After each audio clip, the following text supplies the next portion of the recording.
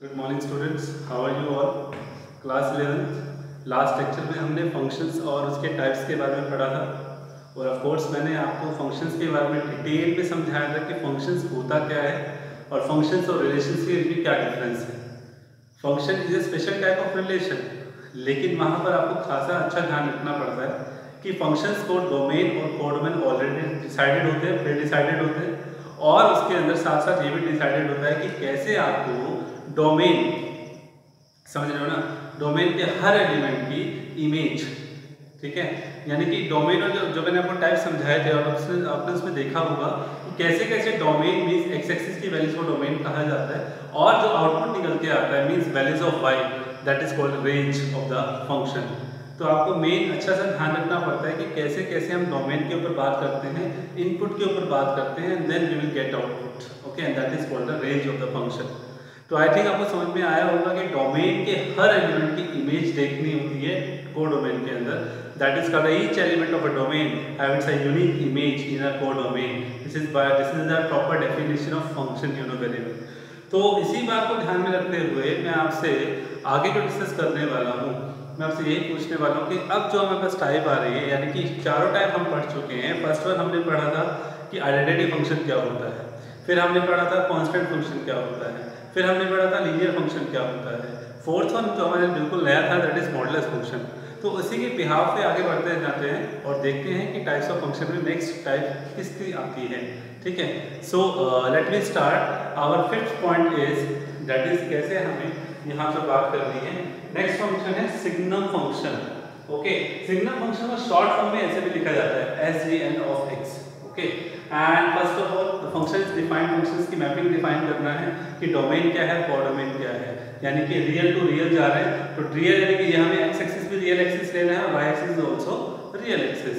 So it depend on this, just look at the function, let we have y fx हम हमेशा लेते हैं और जो fx है वो क्या है, ध्यान से देखिएगा, सिग्नम फंक्शन की डेफिनेशन है ये mod x अपॉन x कह लीजिए और या फिर x अपॉन mod x कह लीजिए।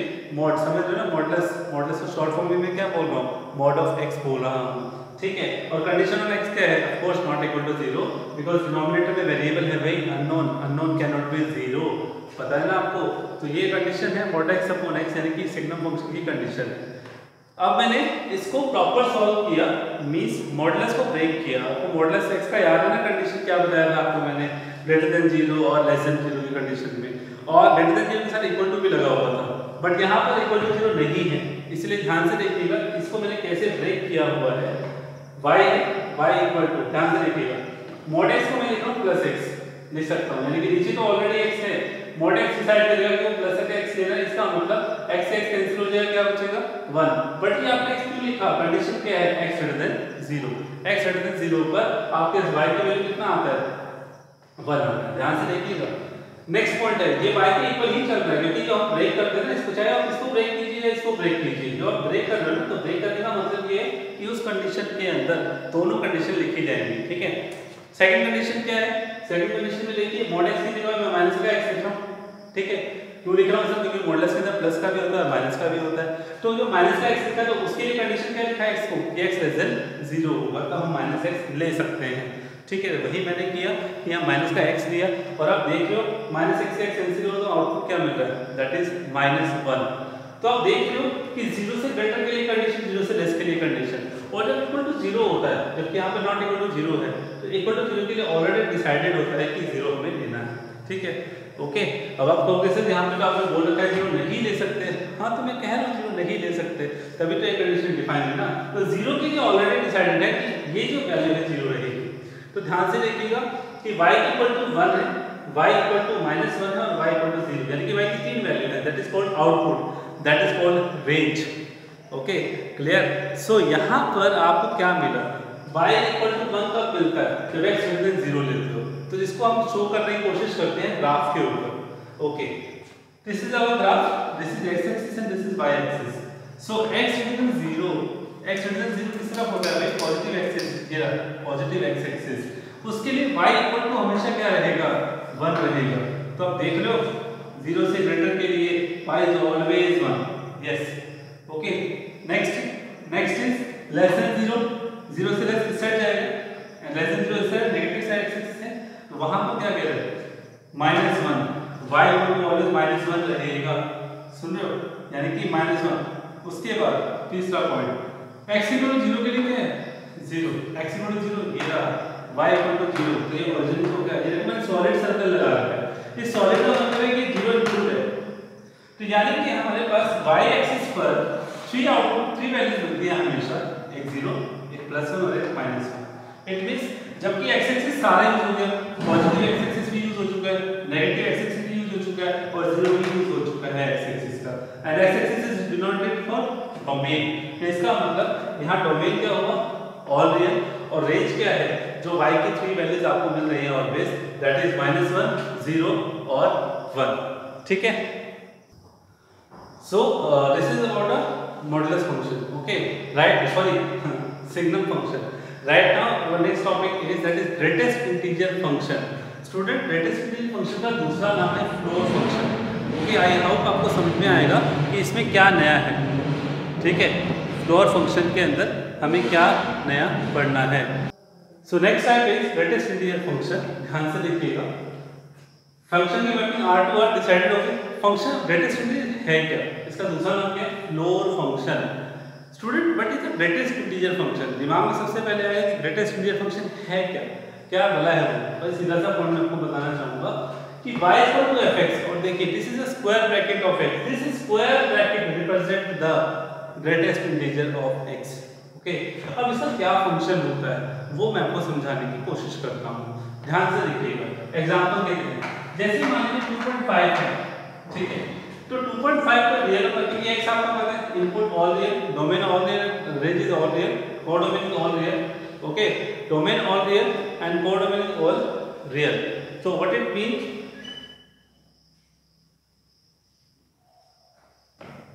इट मींस दैट यहां पर 2.5 का ग्रेटेस्ट इंटीजर क्या रहने वाला है, that is 2 only, okay, that is 2।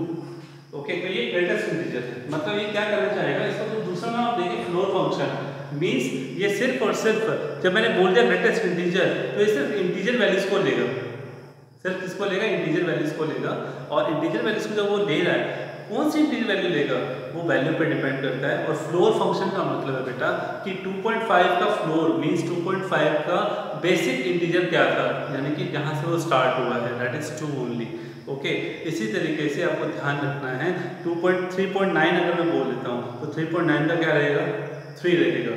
ये जो 2.5 का 2 है तो कब तक चलेगा, अब ध्यान से सुनिएगा, अगर मैंने यहाँ पे 2.5 की जगह 1 भी लिया तो 2.1 का क्या रहेगा, that is 2, 2.2, 2.3, 2.4 always that is always 2। So that's why it is always gives output as an integer, हमेशा वो इंटीजर ही देगा, ध्यान रखिएगा, ठीक है। That's why यहाँ देखिए, जैसे मैं यहाँ पे 0 देखो, इंटीजर पे इंटीजर तो है ही, 0 पे 0, 1 पे 1, 2 पे 2, 3 पे 3, ओके, इंटीजर्स पे इंटीजर्स हैं, ओके। लेकिन जैसे अदर इंटीजर्स आप लोगे उस केस में आपको ध्यान रखना है दैट बिकम दैट इज 2.5, 1, 1.9 जो भी मैं दे रहा हूँ, माइनस का ध्यान रखना है, माइनस में देखना। अगर मैंने बोला कि -1.9 तो इसका बेसिक इंटीजर क्या लेकर चलोगे, आप जल्दी से बोलोगे सर -3, सॉरी, हेलो, नेगेटिव की साइड जब जाते हो तो आपका लेफ्ट साइड में वैल्यू डिक्रीज होता जाता है और राइट साइड में इंक्रीज होता चला जाता है।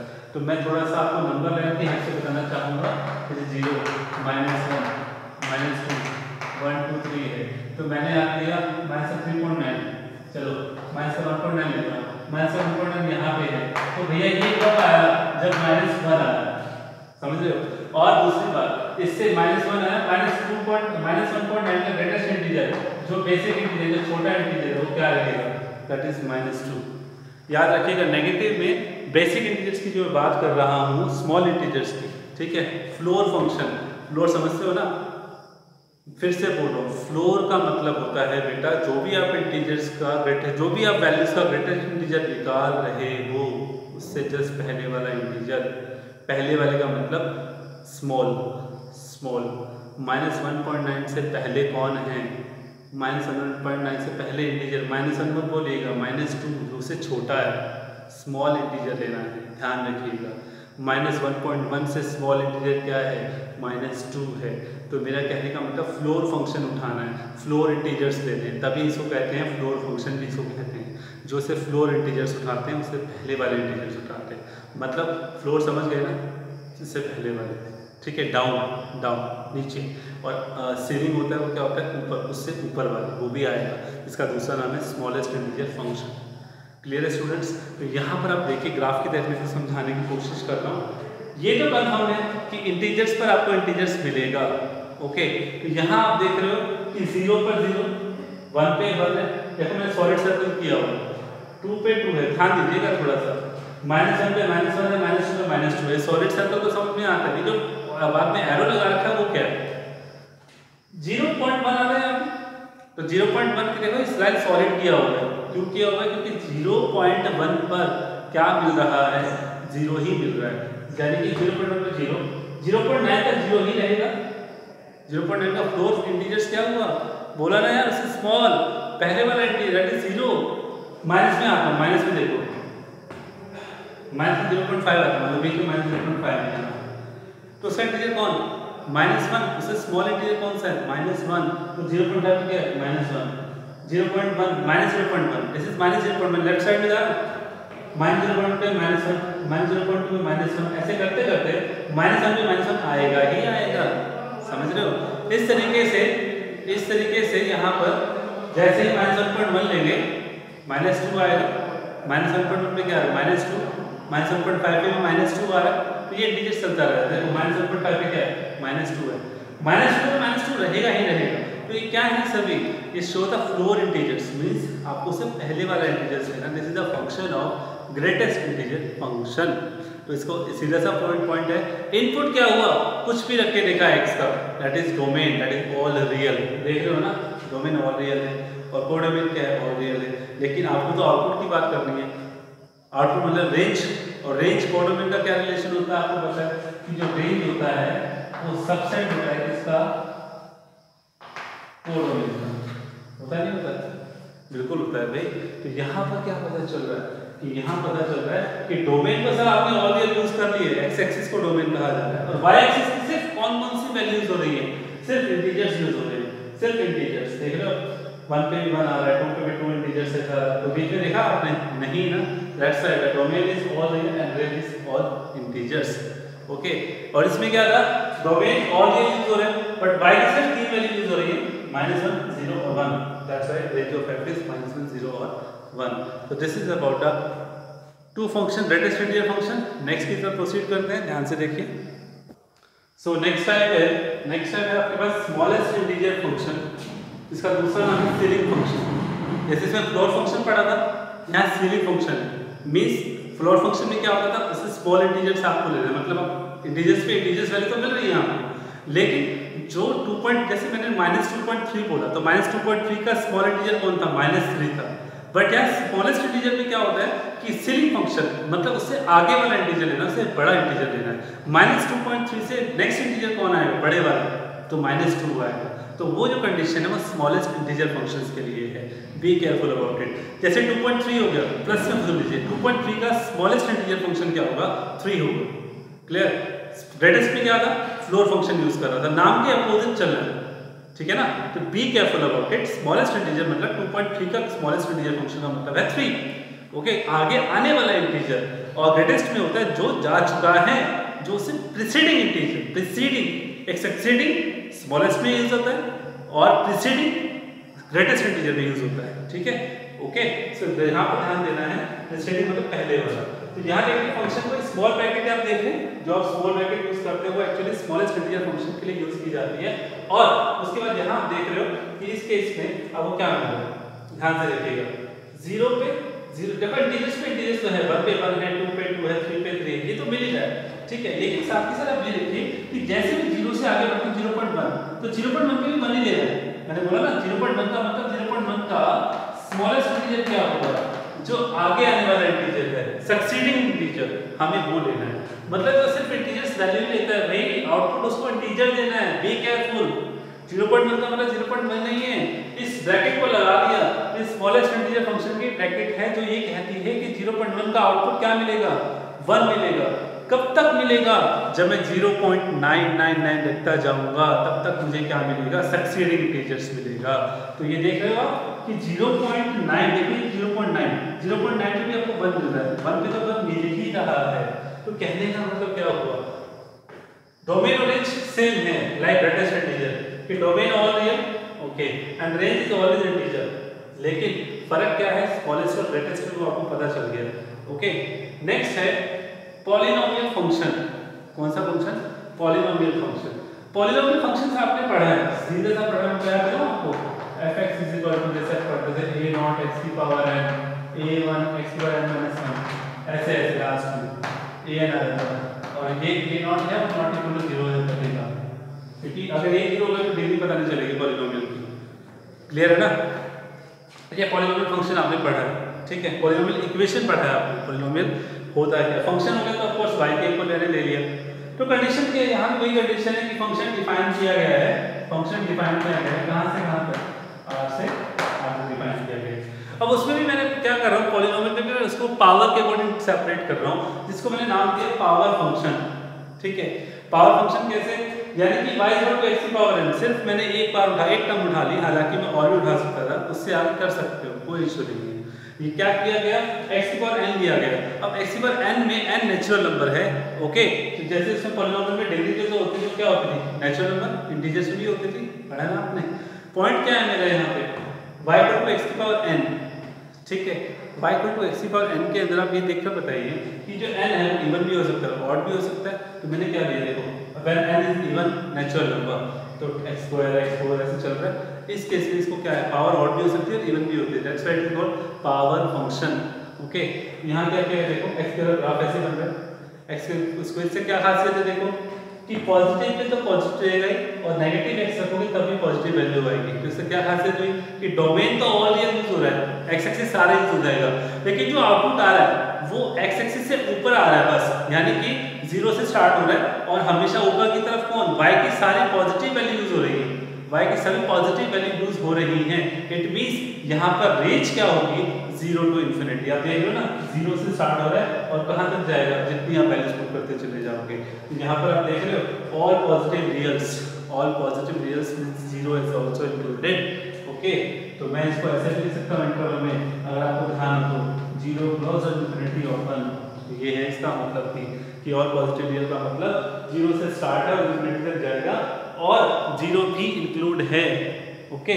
The same thing we have another that is odd natural number. अगर ऑड पावर आ गई तब तो इस केस में क्या होगा, देख लो x³ x^5 ऐसे चलता जाएगा, ठीक है। अब x³ का ग्राफ बनाया है मैंने, x³ का ग्राफ आप कैसे बनाओगे, ग्राफ तो आपको बनाना आते हैं यार, पहले पुट करके ग्राफ ही बनाते हैं, तो वो इस तरह ग्राफ बनेगा। इससे क्या फायदा हो रहा है, ध्यान से देखो, एक बात और सुन लीजिए, मैंने एक ही ग्राफ बनाया है, x5 का भी ग्राफ बनाऊंगा तो शेप ऐसी ही होगी, बस वो श्रिंक हो जाएगा, श्रिंक समझते हो, y की तरफ श्रिंक हो जाएगा। ऐसे ही यहाँ पे ये ग्राफ किसका है, x² का है, अगर x के बाद 4 का ग्राफ बनाऊंगा वो भी श्रिंक हो जाएगा, किसकी तरफ, y एक्सिस की तरफ। श्रिंक का मतलब कम पॉइंट पे ज्यादा वैल्यू देना, that's why it is shrink.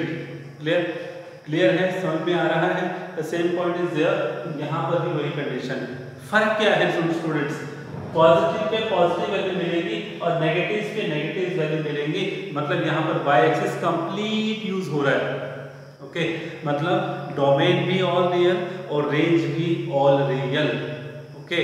so that's why this is the power function okay students। let's proceed some more functions right now।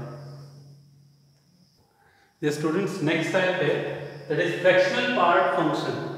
Fractional part function होता क्या है, देखो फ्रैक्शनल पार्ट, अगर मैं आपसे सीधा सा पॉइंट पूछूं ना, फ्रैक्शनल पार्ट 2.3 है, उसमें 2 तो है इंटीजर पार्ट, और 0.3 फ्रैक्शनल पार्ट नहीं होगा, फ्रैक्शनल फ्रैक्शन में जो आता है भाई 2.3 को अगर मैं अलग करूं तो क्या लिखूंगा, 2 + 0.3 एंड 0.3 का मतलब 3/10, 3/10। इसका मतलब क्या है कि वो जो फ्रैक्शनल पार्ट रहता है जो 0 और 1 की रेंज के बीच में रहता है। कहने का मतलब समझ रहे हो ना, अगर 5 है तो 5 का फ्रैक्शनल पार्ट क्या होगा, 5 को 5.0 लिख सकते हो ना, वो 0 है तो 0 क्या होगा, दैट इज फ्रैक्शनल पार्ट। इसका मतलब फ्रैक्शनल पार्ट 0 हो सकता है, और जैसे जैसे वो आगे बढ़ेगा, वो डेसिमल पॉइंट जैसे जैसे आगे बढ़ेगा, फ्रैक्शनल पार्ट क्या हो जाएगा, 0 और 1 के बीच में भी आ सकता है।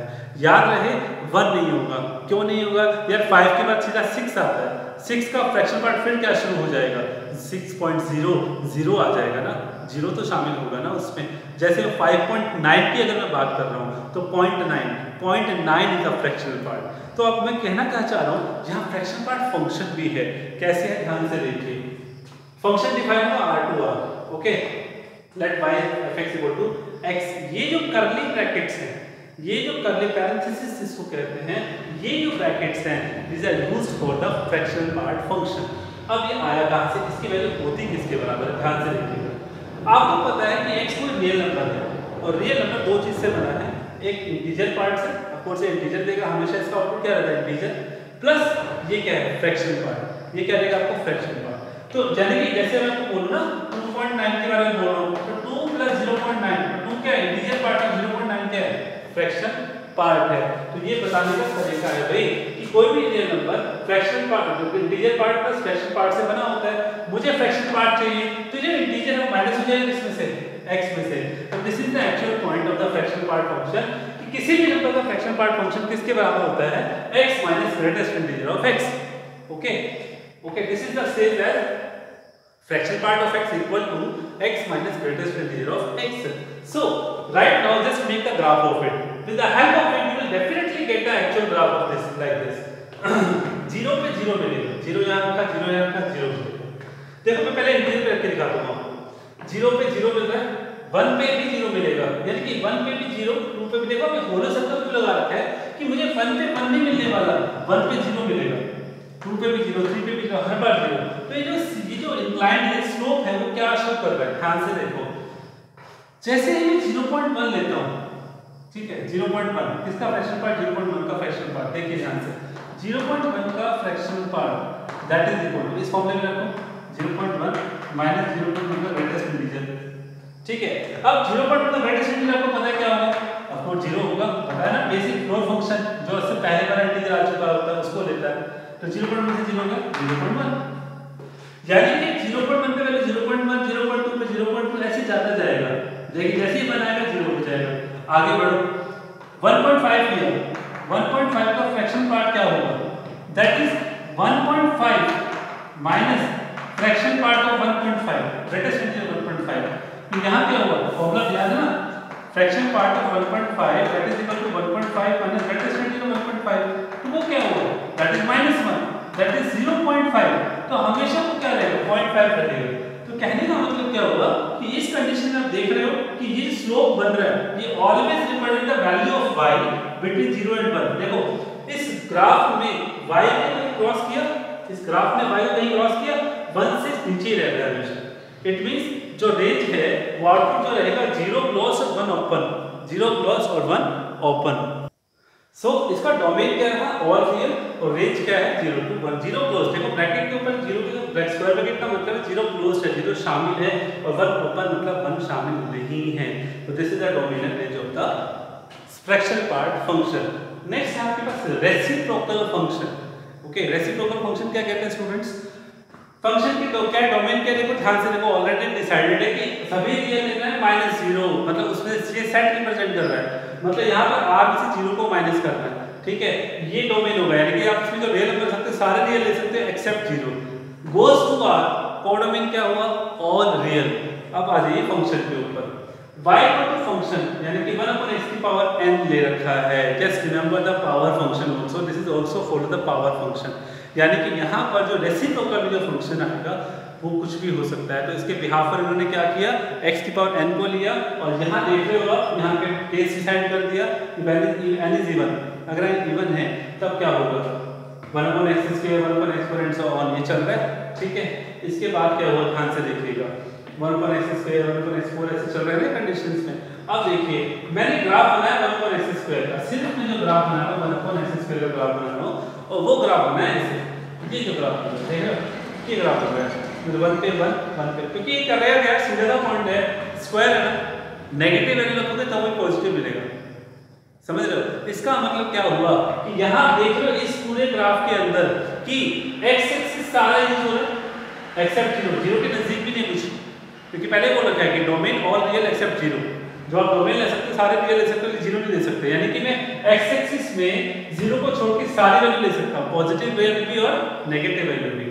तो इससे क्या डिसाइड होता है कि जो डोमेन मिलने वाला है, डोमेन तो होगा ऑल रियल एक्सेप्ट जीरो, और जो आउटपुट आ रहा है, आउटपुट में जो ग्राफ बन रहा है, इस ग्राफ को देखो आप, ये ग्राफ कहाँ जा रहा है, क्या नीचे वाई एक्सिस की तरफ जा रहा है? नहीं जा रहा है, सारा ऊपर है एक्स एक्सिस से ऊपर।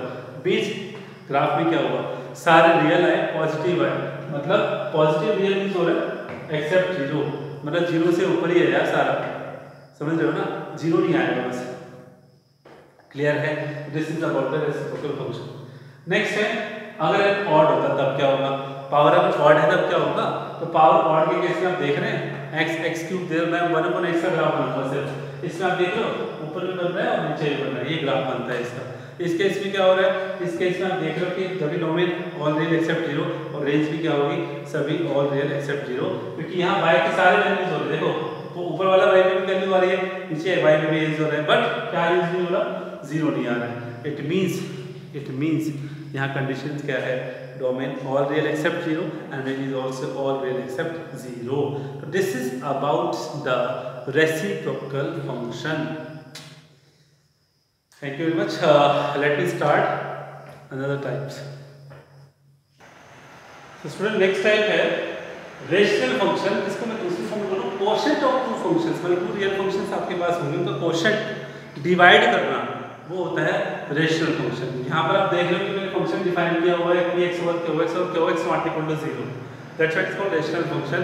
मतलब इसमें डिनोमिनेटर जीरो नहीं होना चाहिए, जैसे आपने रेशनल नंबर पढ़ा है p/q, क्या वो not equal to 0, the same here rational functions में भी क्या होता है कि यहाँ पर रेशनल फंक्शन में denominator of the functions can not be 0, यानी कि qx 0 नहीं होगा, किस पे डिपेंड करेगा, उस x की वैल्यू पे डिपेंड करेगा जो इस पूरे इस कंप्लीट qx को 0 नहीं होने देगा। ओके, तो this is about the rational function. Next है students that is the even function. Even function क्या होता है, इंपॉर्टेंट है, ध्यान से देखिएगा। मान लीजिए कोई फंक्शन डिफाइन हुआ from that is y equal to fx, तो करना क्या है, उस फंक्शन ऑफ x में अगर मैं x को रिप्लेस कर दूं -x से, ठीक है, और -x रखने के बाद भी अगर फंक्शन fx रहता है, देखो if f of -x function मेरा क्या है, अगर मैं उसमें x को -x से रिप्लेस करता हूं और मेरे पास फंक्शन एज इट इज आ जाता है, fx ही रहता है, then fx is called even function. कैसे, एग्जांपल देखिए इसका, मैंने y इक्वल टू fx लिया x² + 1, अब मैं क्या कर रहा हूं, x को रिप्लेस कर रहा हूं -x से, यहां पर x को मैं -x रखूंगा तो यहां भी -x रखूंगा, -x का स्क्वायर + 1 -x का स्क्वायर + 1 प्लस का x² + 1, फिर वैसे चीज रहा fx ही रहा, अगर ऐसे रहा it means fx is an even function. दूसरा क्या है, ऑड फंक्शन। ऑड फंक्शन में बिल्कुल इसका रेसिप्रोकल है, इसका अपोजिट है, सॉरी, कि आपने कोई फंक्शन डिफाइन किया y equal to fx, x को जैसे ही मैं रिप्लेस करता हूं माइनस से, और वो माइनस पूरे फंक्शन के बाहर आ जाता है, minus of fx, okay, minus of fx, then in that case fx is called odd function. इसका एग्जांपल है fx equal to x³ + x, आप देख रहे हो उसमें क्या मिलेगा आपको, माइनस रखने में देखो -x³ -x माइनस ओवरऑल बाहर आ रहा है, ओवरऑल -fx मिल रहा है, इन that case fx is an odd function. एक बात तो बहुत सारे एग्जांपल आने वाले हैं, ये एक अलजेब्रिक एक्सप्रेशन था कि कैसे मैंने इवन और ऑड्स को बताया, वैसे और भी ट्रिग्नोमेट्रिक भी आपको पता चलेगा कैसे वो ऑड फंक्शन है, इवन फंक्शन है, मॉडुलस फंक्शन है, वो कैसा फंक्शन है, वो इवन फंक्शन है, ठीक है ना, माइनस रखोगे तो प्लस ही रहेगा भाई वो। दूसरी बात यहाँ पर है multiplication of two real function, यानी कि दो फंक्शन आपको जिसकी मैपिंग x2 आ रहा है, इसकी मैपिंग x2 आ रहा है, fg यानी प्रोडक्ट आप कर रहे हो तो उन दोनों प्रोडक्ट की मैपिंग क्या होगी, वो भी x2 आ जाएगी, और उसमें क्या कह रहा है कि fg इनवर्स ध्यान से क्या लिखा हुआ है, f of g into x, fg का प्रोडक्ट कर दिया, उसका x क्या लिखा हुआ है, fx into gx। Of course simple सा है, दो फंक्शन को मल्टीप्लाई भी कर सकते हैं, and this is called point wise multiplication, this is called point wise multiplication. So students, this is all about the types of the functions, and I hope आप इसको अच्छे से समझेंगे, अच्छे से इसको रिवाइज करेंगे, और इसी के बिहाफ पर हम हमारा जो इंपॉर्टेंट टॉपिक अब आने वाला है डोमेन और रेंज का फंक्शंस के लिए, ठीक है, वो हम पढ़ने वाले हैं। 12th क्लास आप भी इसको अच्छे से पढ़ सकते हैं, टाइप्स ऑफ फंक्शंस को, उसके डोमेन और रेंज समझ सकते हैं। अब जो हम आगे पढ़ने वाले हैं कुछ फंक्शंस ऐसे होंगे जहां डोमेन और रेंज हमें खुद पढ़ना पड़ेगा, फाइंड आउट करना पड़ेगा कैसे आएगा, बट आपने देखा होगा कि यहाँ पर डोमेन और रेंज स्पेशल कुछ फंक्शंस के लिए प्री डिसाइडेड थे, लेकिन डोमेन डिसाइडेड था, रेंज फाइंड आउट किया गया with the help of graph. Clear है? तो ध्यान से सुनेंगे, आपको मैं ऐसे ऐसे क्वेश्चंस बताऊंगा जहां आप खुद देखोगे कि यस हम यहाँ पर इजीली पता लगा सकते हैं कैसे इसका डोमेन और रेंज फाइंड आउट किया जा सकता है। ओके स्टूडेंट, आई होप आपको समझ में आया होगा। तब तक के लिए goodbye, see you, take care and very take care of yourself. Thank you.